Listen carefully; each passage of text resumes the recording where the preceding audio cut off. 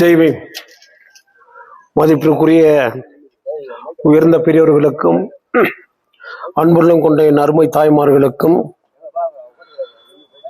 நிகழ்ச்சியில் பங்கேற்றிருக்கின்ற வரவேற்புரை ஆற்றிய திரு சி வேல்முருகன் அவர்களுக்கும் தலைமை தாங்கிக் கொண்டிருக்கின்ற மதிப்பிற்குரிய திரு எம் சண்முகம் அவர்களுக்கும் இரங்கல் கீதம் பாடிட்டியா கார்த்திகேயன் அவர்களுக்கும் திரு எம் கருணாகரன், திரு எம் குமரேசன், திரு பிரபா சாந்தகுமார் அவர்களுக்கு என் அன்பு கலந்த வணக்கம். எங்க எல்லாரும் காணோம்?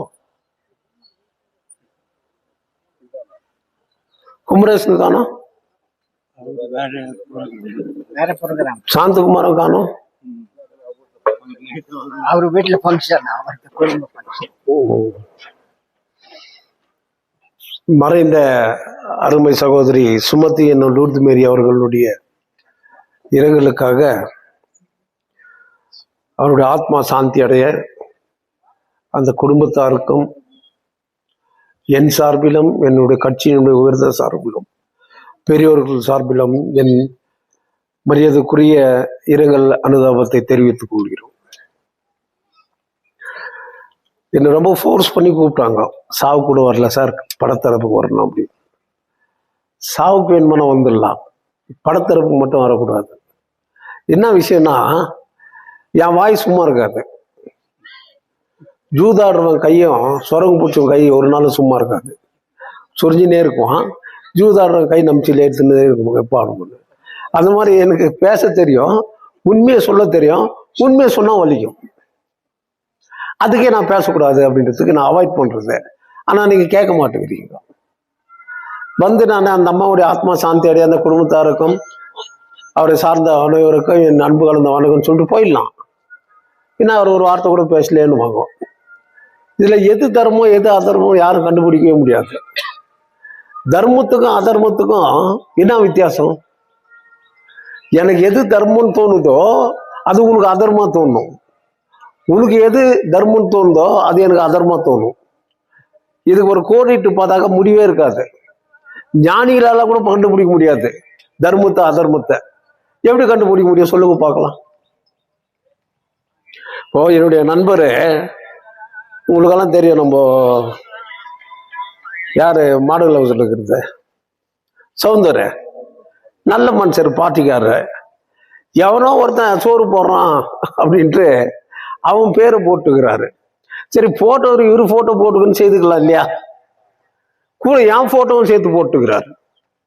கீழே அவன் போட்டோ பக்கத்துல 18th வார்டு ஆஸ்பிரேஷன் கவுன்சிலர் இவரு கண்டெஸ்ட் பண்ண போறாரு 18th வார்டுல. இவருக்கு இருந்து 3rd வார்டுல. அவன் போட்டோக்கு என் போட்டோவும் போட்டுக்கிறார். பாத்தீங்களா? அவரு தான் இன்னைக்கு அன்னதானமா. நான் போக மாட்டேன். என்ன முன்சாமி, கரெக்டா? எனக்கு கேட்டு இருக்கணும், இல்லை எனக்கு சொல்லி இருக்கணும். ஏற்கனவே நம்ம உட்காந்து பேசும்போது 18th வார்டில் கேண்டிடேட் இருக்காங்க அப்படின்னு, இவன் நான் சோறு போடுறான்றதுக்காக அவனை கூப்பிட்டு நீ அங்கே போட்டோ போட்டுருவியா? இது உனக்கு தர்மமா தெரியும், எனக்கு அதர்மமா தெரியும். இப்போ பிள்ளைங்களை பேக்குறோம் எல்லாரும், பெரியவங்க எல்லாரும் தப்பா நினைக்காதீங்க, சிந்தனை செய்து பாருங்க. யாரோ ஒருத்தர் வந்து நோட் புக் கொடுக்குறாரு, மாசம் மாசம் கொடுத்துட்டு இருப்பாரா? மாசம் மாசம் ஃபீஸ் கட்டுன்னு இருப்பாரா? மாசம் மாசம் ரேஷன் கொடுத்துன்னு இருப்பாரா? என்னைக்கோ ஒரு நாளைக்கு ஒரு 10 பேருக்கு 100 பேருக்கு ஒரு 100 புடவை அரிசி பருப்பு கொடுத்த உடனே நம்ம என்ன பண்றோம்னா, இவர் ஏரியால நல்லா தர்மம் செய்யறாருங்க, அதனால இவரை கவுன்சிலர் ஆக்கிடலாம். எதுக்கு அவர் தர்மம் செய்யறாரு? ஏன் செய்யணும்? கொஞ்சம் சிந்திச்சு பாருங்க. முனிசிபாலிட்டியில சம்பளமே எனக்கு வானான்னு சொன்னவன் ஒரே ஒருத்தர் நான் தான். அது முனிசிபாலிட்டி கேஸ் ஒன்று எடுத்து நடத்துறேன். அப்போ ஒரு வக்கீல் சொல்றாரு, இவருக்கு 2 சம்பளம் வருது, ஒரு பென்ஷனு ஒரு முனிசிபாலிட்டியில சம்பளம் வாங்குறாரு, இவர் எப்படி கேஸ் எடுத்து நடத்தலாம் அப்படின்னு. அப்போ கமிஷனர் ஒரு லெட்டர் கொடுத்துக்கிறாரு, நானும் ஒரு லெட்டர் கொடுத்துக்கிறேன். எனக்கு சம்பளமே வேணாயா, இந்த முனிசிபாலிட்டியை கண்ட்ரோல் பண்றதுக்காக தான் நான் எலெக்ட் ஆனேன். முனிசிபாலிட்டி எந்த வருமானமும் வேணாம், முனிசிபாலிட்டி யோகித்து என்னாக்குதுன்னு நான் ஒருத்தர் இருந்து அட்லீஸ்ட் இதை கண்டுபிடிக்கணும் அப்படின்றதுக்காக தான் எலெக்ட் ஆகிக்கிறேன். கமிஷனருக்கு லெட்டரை எழுதி கொடுத்துட்டேன், நான் டிசிஓ லெட்டர் அனுப்பிட்டேன். எனக்கு சம்பளமே வானான்னு, சம்பளமே வாங்காதான் நான் ஒருத்தன் தான். அப்படின்னா நீங்க வசதியாக இருக்கிறீங்க சார், அதனால வாங்கலன்னு அர்த்தம் இல்லை. பென்ஷன் வருது, அது போதும். படிச்சுக்கிற வக்கீல் தொழில் செய்கிறேன், மாசத்துக்கு 2 கேஸ் வந்தா கூட எனக்கு போதும். பேராசை கிடையாது. இந்த மாதிரி கார்ல தான் வரணும், இந்த மாதிரி மாளிகையில தான் வாழணும், நான் இப்படிதான் இருக்கணும், அந்த எண்ணம் எனக்கு இல்லை. எது இருக்குதோ அந்த தர்மத்தோட வாழும். 4 நண்பர்கள் பேசியிருந்தாங்களாம் தர்மம் என்ன அப்படின்னு. என் அருமை சகோதரிக்காக இந்த கதையை சொல்றேன். எங்கேயாவது ஒரு அந்த ஆத்மா இருந்துச்சுன்னா அது கேட்கட்டுமே. 4 நண்பர்கள் பேசியிருந்தானுங்களாம். ஒருத்தர் தர்மத்தை பத்தி பேசுவானா, 3 பேர் அதுக்கு எதிர்த்து அதர்மத்தை பத்தி சொல்லுவானுங்களாம். ஒருத்தன் அதர்மத்தை பத்தி சொல்லுவானா, மற்ற அத்தனை பேர் 3 பேரும் சேர்த்து அதர்மம் தான் கரெக்டுன்னு சொல்லுவானுங்களாம். இவங்க போட்டி கொஞ்சம் நஞ்சம் இல்லை. ஒரு நாள் இவங்க தீர்த்துக்கிறதுக்கு ஒரு காட்டு வழியா போகும்போது ஒரு சன்னியாசியை பார்த்தானுங்களாம். அந்த சன்னியாசியை பார்த்துட்டு அவர்கிட்ட இவங்க சொன்னாங்களாம், சுவாமி எது தர்மம் எது அதர்மம், இந்த விளக்கத்தை நீ எங்களுக்கு சொல்லணும், எங்களுக்குள்ள ஒரே சச்சரவாகுது, நீங்க தயவு செய்து அதை சொல்லுங்க அப்படின்னு சொன்னாங்க. அவர் ஒன்றும் பேசலையா. ஏன்னா இவனுங்க இந்த மாதிரி ஒரு தர்ம சங்கரத்தை காட்டுறானுங்க, அதுல வர என்ன விளக்கம் கொஞ்சம் சொல்றானுங்க. சரி, ஒரு புஷ்பக விமானத்தை வர வச்சு இதுல ஏறி உட்காருங்கன்னாராம். 4 பேர் ஏறி உக்காந்துக்கிட்டாங்க. புஷ்பக விமானம் பறக்குது. மேலேருந்து குரு சொல்றாராம் அந்த சாமிஜி, கீழே கொஞ்சம் எட்டி பாருங்கன்னு. எட்டி பார்த்தா ஒரு மான் குட்டி போட்டு தன்னுடைய குட்டிகளுக்கு இறை தேட போயினுக்குது. அதே காட்டுல ஒரு புலி குட்டி போட்டு தான் குட்டிகளுக்கு இறைச்சி வேணும், கறி வேணும், அதுக்கு சாப்பிட்றதுக்குன்னு அந்த புலியை வந்து நிற்குது. இந்த மானு எதிரில் போய் நிற்குது. இவங்க மேலேருந்து பார்த்துன்னு இருக்கோம். புலி மான் அடிச்சு கொண்டுட்டு அந்த கறியெல்லாம் எடுத்துன்னு போய் தான் குழந்தைங்களுக்கு கொடுக்குது. இப்போ இந்த 4 குழந்தைங்க அனாதையா போயிடுச்சு. மான் இறந்து போச்சு. இல்லை, இதுகளுக்கு அது உணவு கொண்டு வரதுக்கு முடியல. இதுல எதுப்பா தர்மம் நீங்க சொல்லுங்க. ஆனா நீங்க கரெக்டா சொல்லலைன்னா இந்த விமானத்திலிருந்து கீழே விழுந்துருவீங்க. நீ சொல்லாத இருந்தீங்கனாலும் கூட கீழே விழுந்துடுவேன். அதனால இதுல எது தர்மம் நீங்க சொல்லுங்கப்பா இப்போ அப்படின்னு கேட்டான். அப்போ ஒருத்தன் சொன்னான்னா, இந்த புலி செய்தது தர்மம். புலியினுடைய அதனுடைய தொழிலே அதனுடைய விருப்பமே வேட்டையாடுறது தான். அதனால கரெக்டா அது வேட்டையாடுறது கரெக்டுன்னு சொன்னானா. சொன்னவன கீழே பொத்துன்னு விழுந்தான். ஏன்னா அது உண்மை இல்லைன்னு அர்த்தம். அடுத்தவனை கூப்பிட்டாங்களாம், இப்ப நீ சொல்லுப்பா எது தர்மம் அப்படின்னு. இவன் யோசிச்சு பார்த்தான். புலின்னு சொல்லி அவன் கீழே விழுந்து விட்டான். நம்ம புலின்னு சொன்ன அவன் விழுந்துருவான். நம்ம மானை சொல்லலாம்னு சொல்லிட்டு மானு தான் தர்மம், தான் குட்டிகளெல்லாம் அனாதை விட்டுருச்சு பாவம். இந்த புலி அடிச்சது தான் தப்பு, இந்த மான் கொன்னது தப்பு, அதனால மான் மேல ஒரு தப்பும் இல்லை, அதுதான் தர்மம். அவனும் பொத்துன்னு கீழே விழுந்துட்டான். 3வது ஒருத்தன் யோசித்தான். 2 பேரும் விழுந்துட்டானுங்க. நம்ம என்ன சொல்றது, நல்லா யோசனை பண்ணி தகவல் மக்கள் மாதிரி 25 வருஷம் யோசனை பண்ணுக்கிறாங்கல்ல, பணம் வருது கோர்ட்ல இருக்குது, எது தர்மம், இந்த உண்மையை சொல்றவன் தர்மமா இல்ல அது எதிர்த்து சொல்றோம் அதர்மமா? இன்னைக்கு கொஞ்சம் சிந்தனை செய்து பாருங்க. மனுஷனா பிறந்த ஒருத்தனும் சொந்த சிந்தனையில அவன் வாழ்ந்தானா தான் வாழ்க்கையில மேல வர முடியும். இன்னொருத்தரை பார்த்து வாழணும்னு நினைச்சாக்க வாழவே முடியாது. சோ அது 3வது அவன் யோசித்து பார்த்து என்ன பண்ணான்னா, இல்ல இந்த மானுக்கு புத்தி இல்லை, தான் குட்டி போட்டு வச்சுக்கிறோம், இந்த வழியா வரோம், புலி வந்து நிற்குது, நம்ம வேற வழியை தேடி இருக்கலாம் இல்லையா. அந்த மானு அந்த புலி சாப்பிடணும்னு தெரிஞ்சு அந்த வழி வந்தது தப்பு, மான் தான் அப்படின்னா அவனும் பொத்துன்னு கேள்வி வந்துட்டான். கடைசியா ஒரே ஒருத்தர் தாங்கிறான். இப்ப இவனை கேட்கறான், 3 பேர் விழுந்துட்டான்ல, கடைசியா ஒருத்தங்கிறான். அவன் யோசித்து பார்த்தான், எதுடி சொன்னாலையும் கீழே விழுந்து தான் சாவ போறோம். இப்ப என்ன கேட்கிறாரு, எது தர்மம் எது அதர்மம்? அவர் பேசாதும் தானா. அவருக்கு ரொம்ப கோபம் வந்து சாமி சொன்னாரா, நீ அமைதியா இருந்தா கூட கீழே விழுந்துருவ, நீ பதில் சொல்லியே தீர்த்தணும், சொல்லு உன் பதில் என்னான்னு கேட்டானா. அவன் எழுந்து, சாமி எனக்கு ஒண்ணுமே தெரியாதுன்னா. புஷ்ப விமானமோ அப்படியே பறந்து போய் பூமியில இறங்கிச்சான். அவன் சொன்னதுன்னா எனக்கு ஒண்ணுமே தெரியாது. கரெக்டு தானே? எது தர்மம் எது அதர்மம் எனக்கு தெரியாது, உனக்கு தெரியாது. அந்த சாமிக்கே அதர்மம் தர்மம் என்னன்றத இவன் சொல்லும் போது எனக்கு ஒண்ணுமே தெரியாதுனால இவன் தப்பிச்சிட்டான். அதனால நம்ம ஊருக்காரங்க என்ன பண்றாங்கன்னாக்கா, ஓட்டு யாருக்கு போட்ட அப்படின்னாக்கா உனக்கு தான். அந்த தூரம் போய் ஓட்டு யாருக்கு போட்டேன்னா உனக்கு தான்றான்.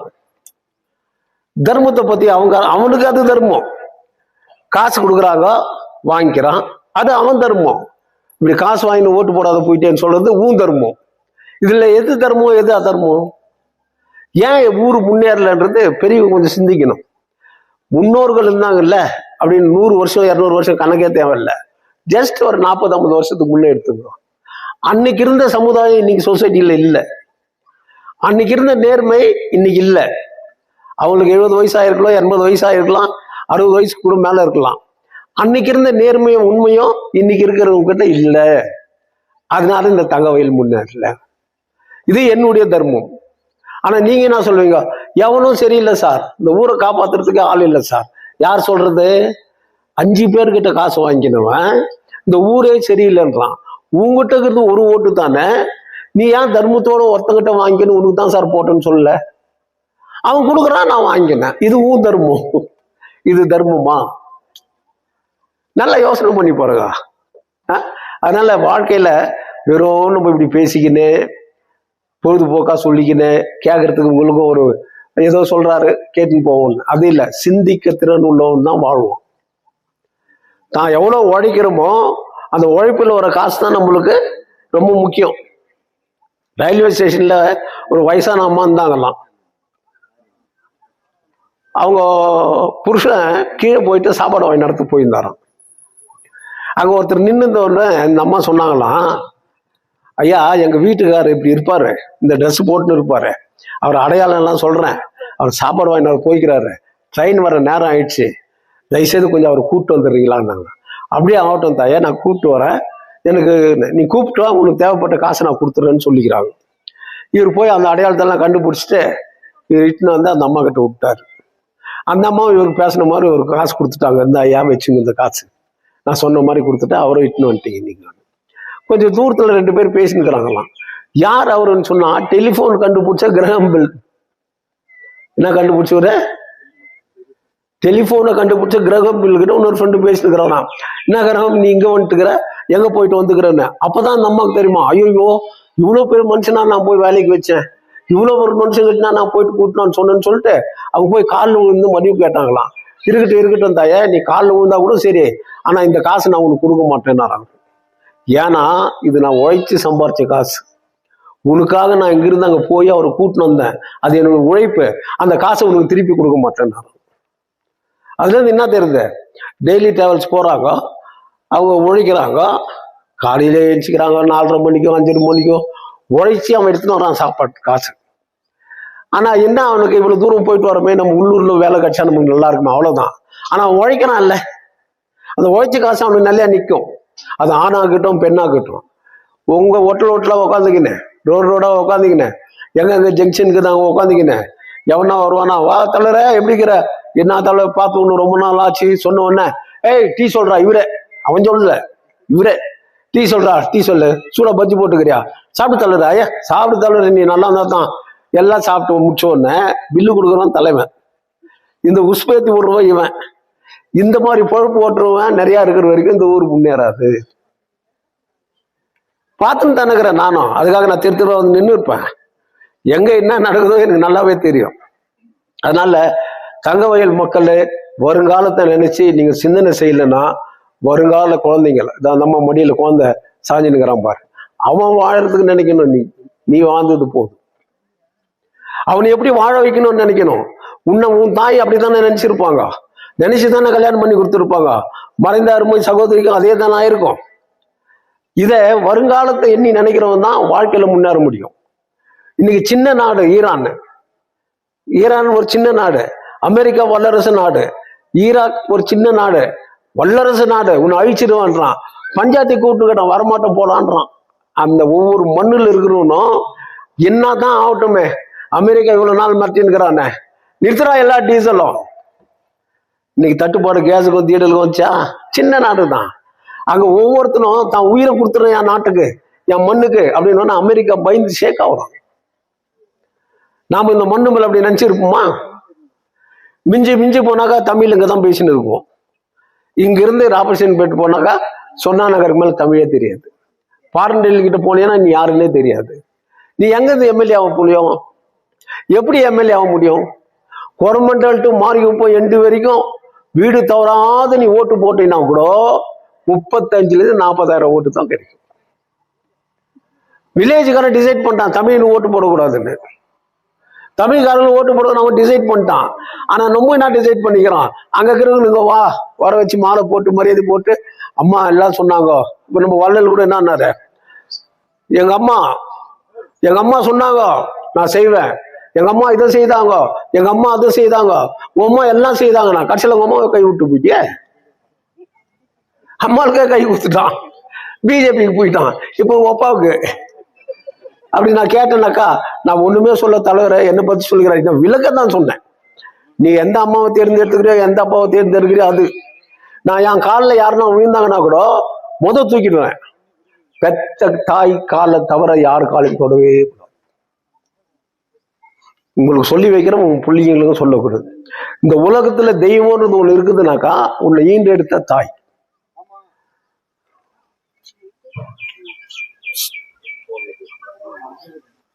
எப்படி இருக்குதுன்னா, நீ எதனா பேசினு நான் என் ஃப்ரெண்டு வைக்குவான், ஓகே ஆமா ஆமான்னு சொல்லுகிற கரெக்ட். உனக்கு கோவம் வந்துச்சு வச்சுக்கா, டேய் வெயிடா அப்படி இப்படி கட்ட வார்த்தை திட்டினா என் காதல் என்ன நம்மள தான் திட்டுன்னு நினைக்கவில்லை,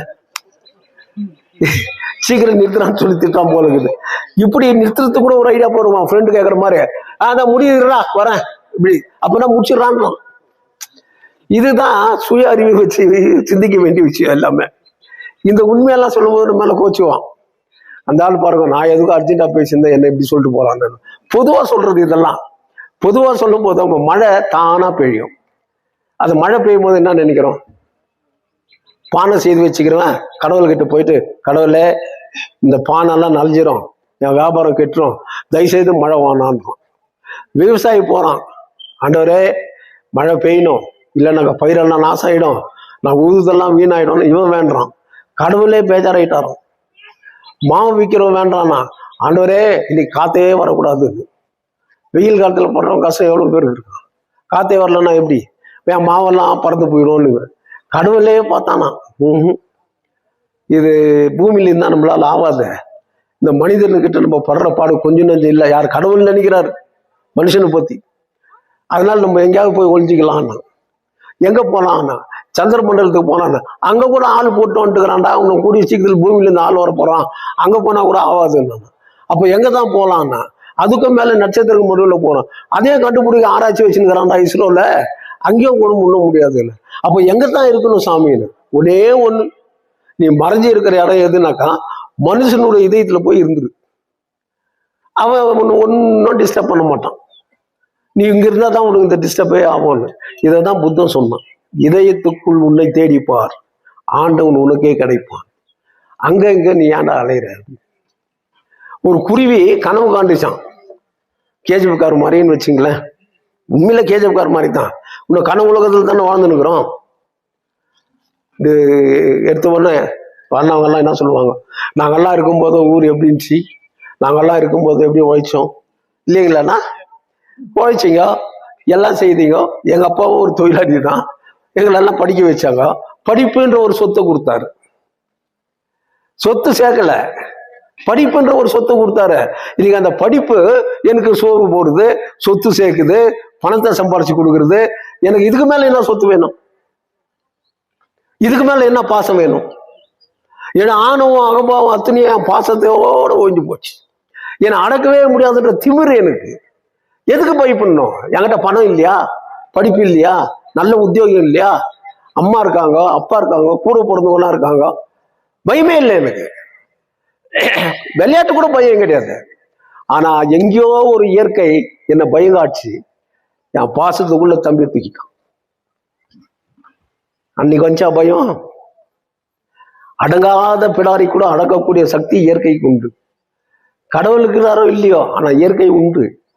அந்த இயற்கை எந்த நேரத்தில் நம்மளுக்கு கை கொடுக்குன்னு தெரியாது. இதுதான் வாழ்க்கை. அந்த மாதிரி ஒரு குருவி ஒரு கனவு காண்டுச்சான். அந்த கனவுல பெரிய சொர்க்கம் தெரியுதான். பழக்க மரங்கள், அமைதி, சந்தோஷம், நிம்மதி எல்லாம் தெரியுதான். ஆஹா, இப்படி ஒரு உலகம் இருந்துச்சுனாக்கா நிச்சயம் நம்ம அங்க போயிடணும். இப்ப நம்ம நினைக்கிறோம் இல்ல, ஆத்மாக்கள் என்றும் அடங்காது, ஆத்மாக்கள் அமைதியாக இருக்கும், மரித்தோர் எவரும் மறுபடியும் உயிர்த்தெழுவார்கள், இந்த ஆத்மா எல்லாம் இன்னொரு ஆத்மா கிட்ட போய் சேரும். இதெல்லாம் சொல்றேன் இல்ல, இதெல்லாம் எழுதி வச்ச புத்தகங்கள், இதெல்லாம் படிச்சுதான் பாபா சாஹேப் அம்பேத்கர் இதெல்லாம் போயிடா, உனக்குள்ளவே நீ தேடிப்பார் அப்படின்னு கண்ணீர் விட்டு எழுதுகிறாரு. அவ்வளவு உலக மாமேதை, 32 டிகிரி படிச்சுரு. ஆனா நம்ம என்ன பண்றோம்? நான் காங்கிரஸ், யாரு அம்பேத்கர் வம்சத்துல வந்தவன் சொல்றான், நான் கம்யூனிஸ்ட், அம்பேத்கர் வம்சத்துல வந்தவன். இப்படி ஒவ்வொருத்தரும் ஒவ்வொரு கட்சியில, நான் ஜனதாதள், எந்த வம்சத்துல வந்தவன்? தாழ்த்தப்பட்டவனுக்காக எழுதின புக்கு அவரு. தாழ்த்தப்பட்ட மக்கள் இப்படி வாழணும்னு நினைச்சுரு, அதை பின்பற்றத்திற்கு நம்மளால முடியலையே. லக்னோல பேசும்போது கண்ணீர் விட்டு அழுதுகிறாரு, படிச்சவனுங்களே என்னை ஏமாத்திட்டானுங்கடான்னு. அந்த மாமேதைக்கு உலகம் முழுவதும் சிலை இருக்கு. லண்டன்ல வச்சுக்கிறான் சிலை, ஆஸ்திரேலியால வச்சுக்கிறான் சிலை. அறிவின் ஒளி, அறியும் ஜீவி. அவர் அம்பேத்கர்ன்னு சொல்லாதீங்க, அறிவின் ஒளின்னு சொல்லுங்கன்னு அவன். அந்த மாமேதை எழுந்து நமக்காக. ஆனா நம்ம அதை ஏத்துக்கிறது இல்லையே, அதை நம்ம சிந்திக்கிறதே இல்லையே. தினம் மனைவிக்கு புடவை, அவனால முடிஞ்சது புடவை வாங்கி கொடுக்குறான். அந்த அம்மா கேட்டா நைட்டி வாங்கி கொடுக்குறான். அந்த அம்மா கேட்டா சுடிதார் வாங்கி கொடுக்குறான். அவன் சம்பளத்துக்கு ஏற்ற மாதிரி அந்த அம்மாவுக்கு எல்லா உதவியும் செய்யறான். எங்கேயோ சொந்தக்காரன் துபாயில இருந்து வந்திருப்பான். அவன் துபாயில இருந்து ஒரு சென்ட்டும், துபாயில இருந்து ஒரு சேரையை ஊத்துட்டோன்னா, ஐயோ எங்க சொந்தக்காரன் கொடுத்தா அடுத்து பெருமையா பேசி உட்காந்து இருக்கும். இவ்வளவு நாள் உனக்கு சோறு போட்டு இருந்தான், அவனை பத்தி பெருமையா பேச மாட்டியா?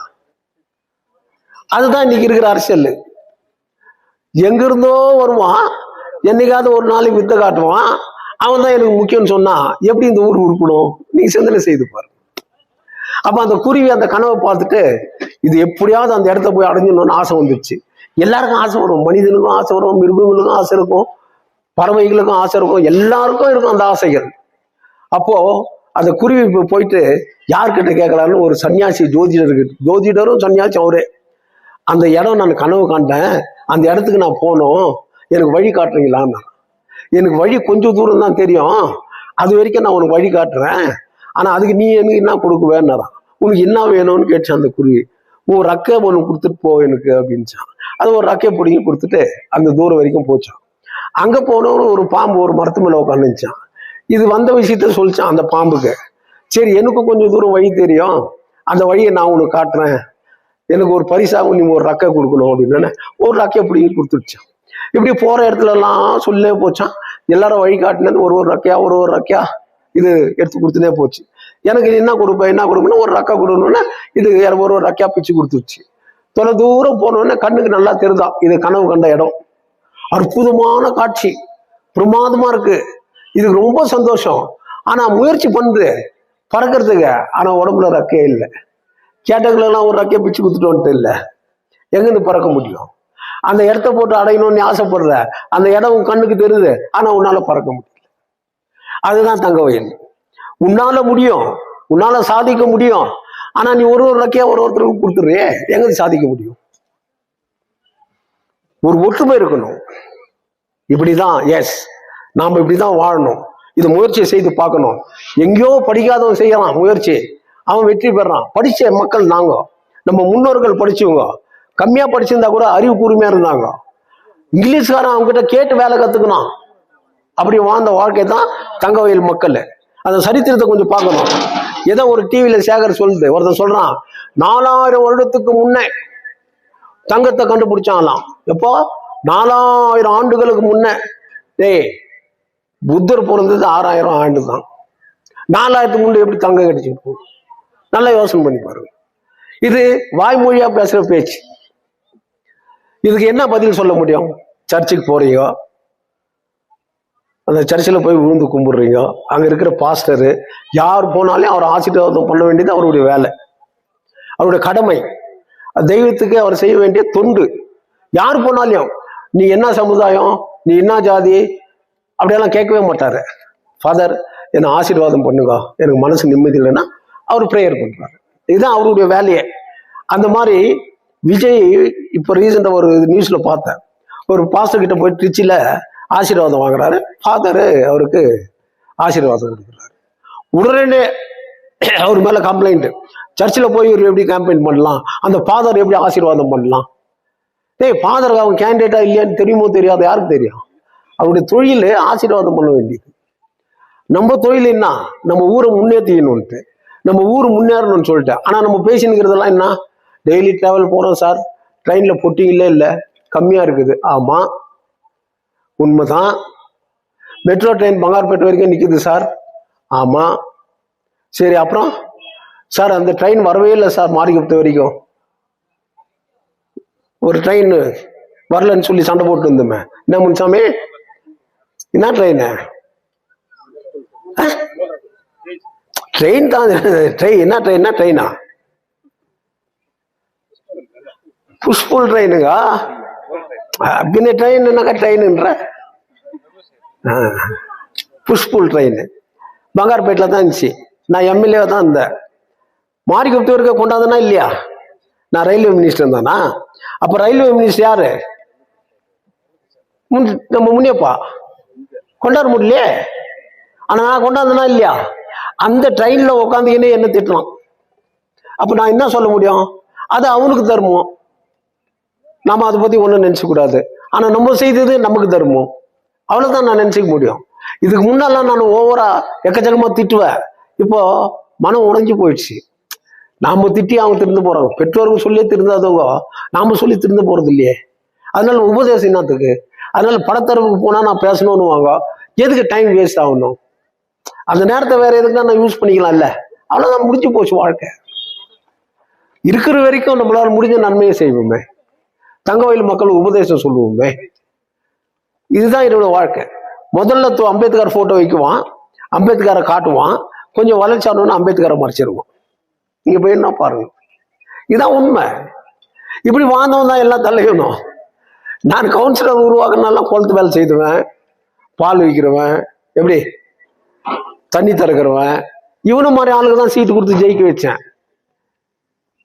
பார்பட்டிங் வேலை செய்துவேன். என்ன முன்சாமி, எவனா பணக்காரனுக்கு நான் சீட்டு கொடுத்தேன் இல்ல, அவன் வாழ்க்கையில மேல வரலான்னு. அவன் கவுன்சிலர் ஆனா 1க்கு 2 பொண்டாட்டி வச்சுக்கினான். பொண்டாட்டி கம்ப்ளைண்ட் ஆகிட்ட, சார் இவன் பெத்பில்லியில் ஒருத்தி வச்சுன்னுக்கிறான், வீட்டுக்கு வர மாட்டேங்கிறான்னு. இது என்ன கவுன்சிலர் ஆகுறது ஏன் தப்பா? அவன் தப்பு. இன்னைக்கு நிலைமை எங்க இருக்காங்கன்னு தெரியாத போயிடுச்சு. நீ எதை செய்யறியோ, இதை செய்யறேன்னு நினைச்சுன்னு செய்யாத, தர்மம் செய், அது பின்னாடி நிற்கும். ஒரு படகு போயின்னுக்குது, அந்த படகுல ஜனங்கள்லாம் உட்காந்துக்கிறாங்க. அண்ணாங்க மாதிரி ஒரு பெரியவர் சன்னியாசி அமைதியா உட்காந்துக்கிறாரு. அவரை பார்த்து இந்த வாலிபனுங்க, அந்த வாலிபன பசங்கள்லாம் கிண்டல் அடிக்கிறாங்க. என்ன சாதுரமா அமைதியா உட்காந்துக்கிறாரு, இவர் என்ன கடவுளா அப்படின்னு என்னென்னமோ ஏத்தர்கள் அமைதியா உட்காந்துக்கிறாரு.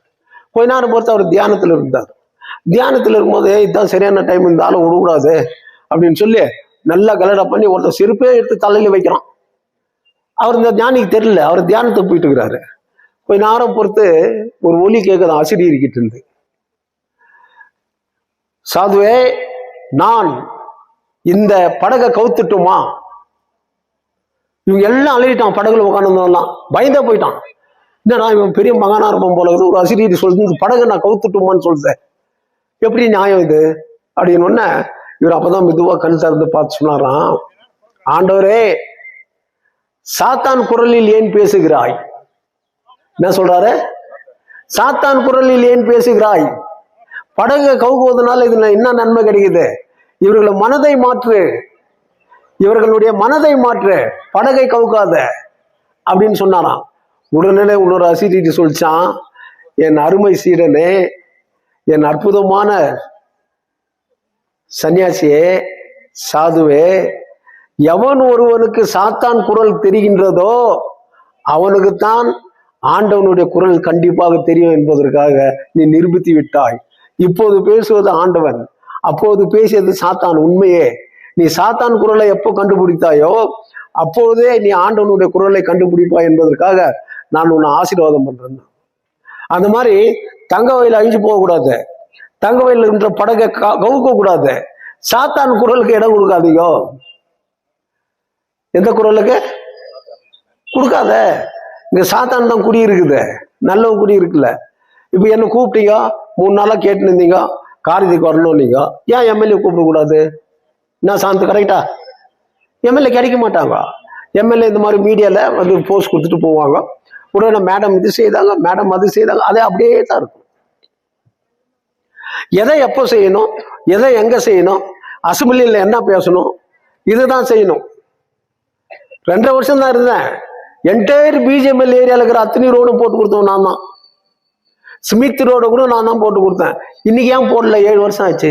அதுக்கு முன்ன 10 வருஷம் ஆச்சு. மைனிங் ரோடு எதுனா போட்டாங்களா? இல்ல. அப்ப நீ என்ன சிந்திக்கிற? சார் இது சிம்பிளா சொல்லி முடிக்கிற, அதுதான் எனக்கு ரொம்ப உங்க மேல இருக்கிற பாராட்டு. சார் இப்ப அதெல்லாம் ஒண்ணும் இல்லை, இருந்தா தான் யார் இவரு இருந்தா தான் ஜெயிக்க முடியும். இது இல்லாத ஏன்டா நீ வாழ ரெடே அவனு ஒரு எடுத்துடுறா. இதுதான் நான் வாழ்க்கை. இது கொடுத்தா தான் சார் எவ்வளவு கொடுக்குறாங்களோ அது பொறுத்து தான் ஓட்டு போடுறேன்ற. இது ஒரு வாழ்க்கையா? இந்த வாழ்க்கை தேவையா? இந்த அரசியல் எனக்கு தேவையா? ஒண்ணு நீங்க திருந்தக்கூடாது, ஒண்ணு நான் திருந்திக்கணும். அதுக்காகத்தான் நான் வர்றது இல்லைன்னு. அனாவசியமா படத்திருப்புக்கும் அங்கங்க என்னை கூப்பிடாதீங்க. போதும், நிறைய பேசிட்டேன், நிறைய சொல்லிட்டேன். எனக்கு கடமைகள் என்னன்றதை செய்துட்டேன். பாரண்டிக்கு புள்ளிக்கு மேல ஒன்று ஓட்டு போட மாட்டேன் யாரும். சரி, உள்ளூர்காரன் தானே போடுறான், அதெல்லாம் யோசிக்கிறீங்களா? அதுவும் யோசிக்க மாட்டேன். ஆனா எம்எல்ஏ எலெக்ஷன்ல என்ன சொல்றது நீங்கன்னு கேட்டா, தலைவருக்கு வில்லேஜ்ல கொஞ்சம் ஓட்டு மிஸ் ஆகி போச்சு சார், இங்க பரவாயில்ல அப்படின்னு சொல்றேன். எது எப்படி பழிய போடுறான் பாருங்க. இவன் ஓட்டு போடல, ஆனா பழைய வில்லேஜ் மேல போடுறான். அதாவது இவன் புள்ள தப்பு பண்ணிட்டான். என் புள்ள நல்லவன் சார், இந்த பக்கத்து வீட்டு பசங்க கூட சேர்ந்து கெட்டு போட்டான். நல்லவன் ஏன் போயிச்சாந்த? நல்லவன் எவனா போய் சார் சொன்னான்? பழிய யார் மேல போடுறாங்க பாரு. என் புள்ள இன்னும் நல்லவன், என் பொண்ணு தங்கமான பொண்ணு சார், சூனியம் பண்ணிட்டாங்க, இல்ல நாங்க இந்த மாதிரி ஆயிருக்காது, அவங்க கூட ஓடி. இதெல்லாம் சூனியம் மந்திரம் எல்லாம் போய் பித்தலாட்டம். எனக்கு யாருன்னா சூனியம் பண்ணி சொல்லுங்க, கொஞ்சம் பண்ணிட்டு இருக்கிறது. சூனியம் பண்ணி எனக்கு பெரிய பெரிய தலைவிங்கிறாங்களே, கட்டுக்கட்டா பணம் வச்சுட்டு இருக்குல்ல, அவங்க கூட சேர்த்து வச்சுறாப்பா, பணமாக வாங்கி வந்து கொட்டிடுறேன். இதெல்லாம் நடக்கிற விஷயமா? இல்லாத ஒண்ணு மேல ஆசைப்படுறது வந்து பொய். உண்மை என்னன்றதை ஆராய வேண்டியது மனிதனுடைய கடமை. அதை நீங்க மறந்துடுறீங்க. இப்ப கேஜிஎஃப்ல முனிசிபாலிட்டி எலெக்ஷன் வருதுன்னு வச்சுங்க, நீங்க என்ன சொல்றது? சார் அவர் ஏற்கனவே இந்த ஏரியால கொஞ்சம் புக்குங்க நோட் புக்குங்கெல்லாம் கொடுத்துருந்தாரு, கொஞ்சம் அச்சு கொடுத்துருந்தாரு, இது ஓட்டு போட்டுருவியா? அவர் திறமை என்ன, அவர் கெப்பாசிட்டி என்ன, அவன் குடும்ப வாழ்க்கை என்ன, அவன் தாய் தந்தையாருக்கு என்ன கடமை செய்துக்கிறான், அவன் கூட பொறுத்தவர்கள் என்ன கடமை செய்துக்கிறான், ஏன் உனக்கு செய்யறான்? இது சிந்திக்க வேண்டியது தானே கார்த்தி. அவங்க பொழப்புக்கு அவன் செய்துக்கலாம், நீ அதுக்காக உன் பொழப்பு விட்டு கொடுத்துட்டுனா வாழ்க்கை முன்னேற முடியாது. இப்போ வில்லேஜே வர்றதில்ல முனிசிபாலிட்டிக்கு, வெறும் சிட்டி தான். கோரமண்டல்ல இருந்து மாறிக்கு வரைக்கும் வெறும் தாத்தப்பட்டவன், நீ ஜெயிக்குவியா? இவன் நிக்கிறதே இண்டிபெண்டன்ட்னுவான். ஏன் சொல்ல? 20 லட்சம் கொடுக்குவாங்க, 10 லட்சம் கொடுப்பாங்க, இவன் பிளானே இதுதான். நீ அவனுக்கு ஓட்டு போட்டுருவ, அவன் ஜெயிச்ச உடனே 10 லட்சத்துக்கு ஓடிடுவான்.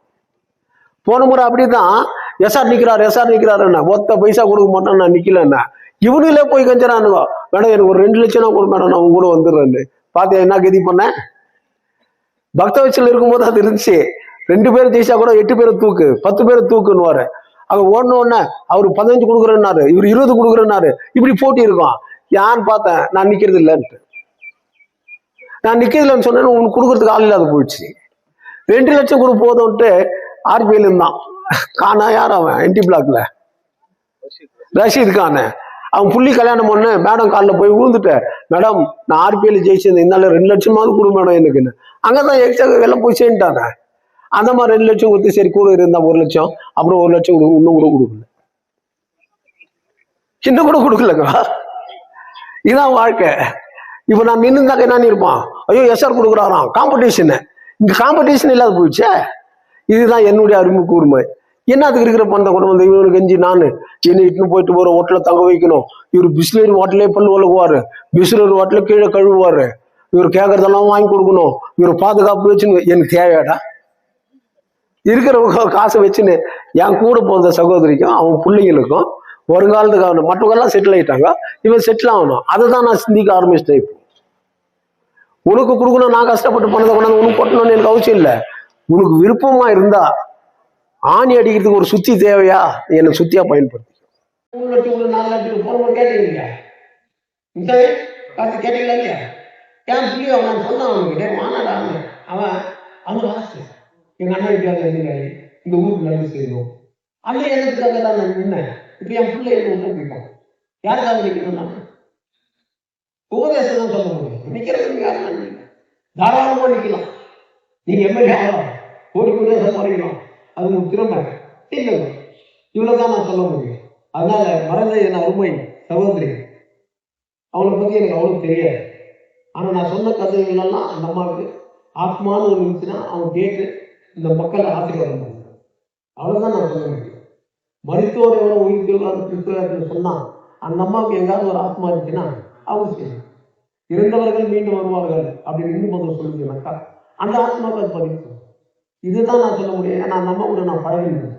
அந்த அம்மாவை பத்தி எனக்கு அவ்வளவு தெரியாது. சில பேர் தெரியாது சும்மாவோட பேசுவான். தெரியாது என்ன இருக்கு, தெரிஞ்சது சொல்லு. நெருப்புனா சுடும், எல்லாருக்கும் தெரியும். அது எப்படி சுடும் அப்படின்னு கை வச்சு பண்ணாது. நீ கை வைக்காத சுடும் நான் வச்சு பாரு, சுத்தது எப்படி வலிக்குது. அதனால நின்று பாரு, ஒன்று வலிக்கும். அதனால சிந்தனை செய்து தங்க வயலை முன்னெடுத்து தங்க வயல் மக்கள் நல்லா வாழணும். வேற வழி இல்லை. வீடுகள் சொந்தம்ன்றான். இன்னைக்கு வந்துக்கிற சிஎஸ்ஓ, இந்த ஓஎஸ்டி, எவன் வந்து 40 வீடு கட்டாலும் அவங்ககிட்ட காசு வாங்கி சும்மா இருக்கிறான். யார் ஒருத்தர் பக்கத்துல சும்மா பைக் வைக்கிறது ஒரு செட்டு போட்டா உடனே வந்துடுங்க. யார் கேட்கறது? யார் கேட்கறது? அந்த ஏழை எங்க போய் சொல்லுவாங்க, யாங்கிட்ட தான் சொல்லுவாங்க. எனக்கு மனம் விருப்பம் இல்லை, இப்படி செய்து தான் குட்டி சேலை பண்ணிட்டீங்க இன்னுமா வரைக்கும் அந்த எண்ணம் எனக்கு இருக்கு அந்த மனசுல. ஆனாலும் அது பொறுக்க முடியாத எப்படா நியாயம்னு கேட்க முடியும். எம்எல்ஏ கேட்குவாங்களா? எம்எல்ஏக்கு எந்த ஏரியா இருக்குதுன்னு தெரியாது, இந்த ஏரியா பேரே தெரியாது. இங்க இருக்கிறவங்க யாருன்னா போயிட்டு மாலைகளை போட்டு அம்மா என் ஏரியா போனா அந்த அம்மா இருந்து நீங்க யாரும் ஏன்னு பயப்படா, நான் இதே நான் சொந்த துட்டிலே போட்டுவேன். அப்ப சர்க்கார் துட்டு எங்க போகுது? சொந்த துட்டிலே விட்டுருக்குறேன் எல்லாத்தையும். சர்க்கார் துட்டு எங்க போகுது? இதெல்லாம் கேள்வி கேட்கணும். மக்கள் மேல பயங்கரம் தான் தலைவனாக இருக்க முடியும். தலைவனுக்கு பயப்படுவோம் மக்கள்.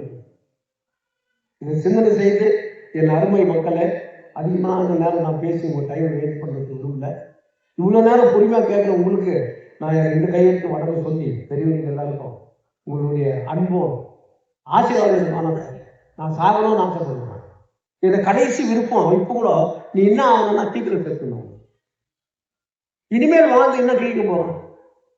என் ரக்கையெல்லாம் கிழிஞ்சு போயிடுச்சு. பாசமுள்ள சகோதரியை கொண்டு போயிட்டான். பாசனா என்ன செதுக்கி அப்படியே என்ன செயல் பண்ணி விட்டு தம்பி என்ன விட்டு போயிட்டான். என்னை வளர்த்த தாயம் போயிட்டான், தந்தையும் போயிட்டான். யாருக்காக வாழணும்? அவங்க பிள்ளைங்களுக்காக வாழணும் இல்லை. அவங்க எல்லாரும் செட்டில் ஆயிட்டாங்க. டாக்டர், இன்ஜினியர், அந்த பிளான் தந்தையை போட்டுமே. இனிமேல் நம்ம வாழ்ந்து என்ன செய்யணும்? இருக்கிற வரைக்கும் மக்களுக்கு உபதேசம் செய்வோம். கேட்கறது அவங்க இருப்போம், கேட்காதுன்னு அவங்க. இது எது நல்லது எது கெட்டது நீங்க யோசனை பண்ணி பாருங்க, சிந்தனை செய்து பாருங்க. இந்த ஓஎஸ்ட போய் யாருன்னா கேட்க முடியுமா? அவனுக்கு தெரியுமா என்ன ஊருன்னு? காசு கொடுத்தா கட்டி வரணும், காசு கொடுத்தாதான் இடிங்கலாம். கேட்டா போலீஸ் போறான். போலீஸ்காரங்க அந்த நியாயத்தை சொல்ல முடியுமே? கூப்பிடு எஸ்பி டிசிய கேட்ல நில்லு, இவன் செய்யற இவங்க அங்கேயே சொல்லு, என்ன பண்ணிடுவான்? யார் என்ன பண்ண முடியும்? அந்த தில்லு இருக்கிறவங்க வெளியே வாங்க பாருங்க. இதெல்லாம் இருக்கு. பட் யாருக்காக செய்யணும் என்று யோசனை பண்ணி என் மக்கள் நல்லா இருந்தாங்க நான் எதையும் செய்வேன், உனக்காக நான் எதையும் செய்வேன். ஆனா நீங்க கரெக்டா இருக்கீங்களா உங்களை நீங்க சிந்திச்சு பாருங்க என்று கூறி எனக்கு வாய்ப்பு கொடுத்த அனைவருக்கும் என் அன்பு கலந்த வணக்கத்தை தெரிவித்துக் கொள்கிறேன். ஜிபி.